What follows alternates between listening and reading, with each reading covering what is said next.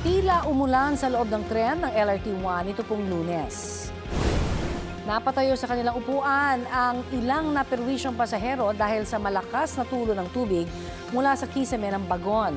Kwento ni News Cooper Sam Peñaflor, galing siya sa Ninoy Aquino Avenue Station at papuntang FPJ Station nang matuluan ang kanyang ulo sa bahagi ng monumento.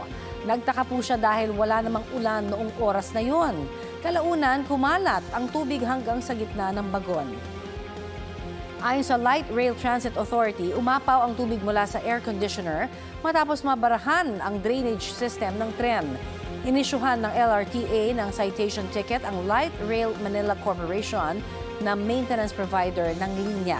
Sa inilabas na pahayag ng LRMC, sinabi nilang nahanap at napalitan na po ang nasirang drain line valve ng air conditioning unit. Nasira raw ito bago pa ang inaasahang 3 to 5 year lifespan nito. Isinasailalim na sa safety and maintenance check ang nasabing unit. Para maiwasan daw na maulit ang parehong insidente, mas dadalasan nila ang inspeksyon sa mga drain valve ng aircon ng mga tren.